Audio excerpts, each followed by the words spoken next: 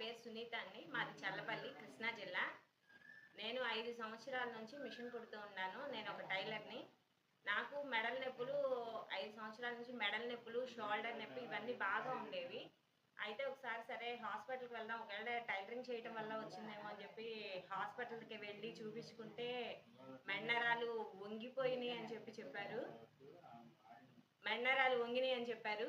ఆ మెడ సరే ఇక్కడ ఇదే చెప్పారు. మెడిసిన్ ఇచ్చారని చెప్పి మళ్ళీ వేరే డాక్టర్ దగ్గరికెళ్ళాను. అక్కడ కూడా అలాగే చెప్పారు. అరిగిపోయినాయి అని చెప్పారు.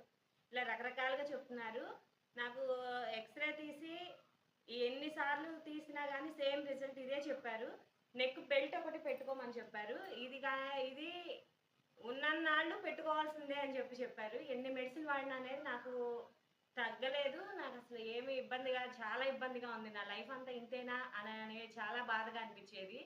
అప్పుడు మా మరిది విశ్వ తను వెస్టీజ్‌లో కాల్షియం ఉన్నాయి వదిన, ఇవి వాడి చూడు.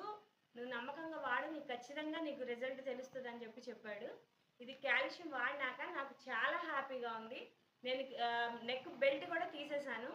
నేను ఒక 2 మంత్స్ నుంచి వాడుతున్నాను. నాకు చాలా అంటే చాలా బావుంది. Thanks to Vestige.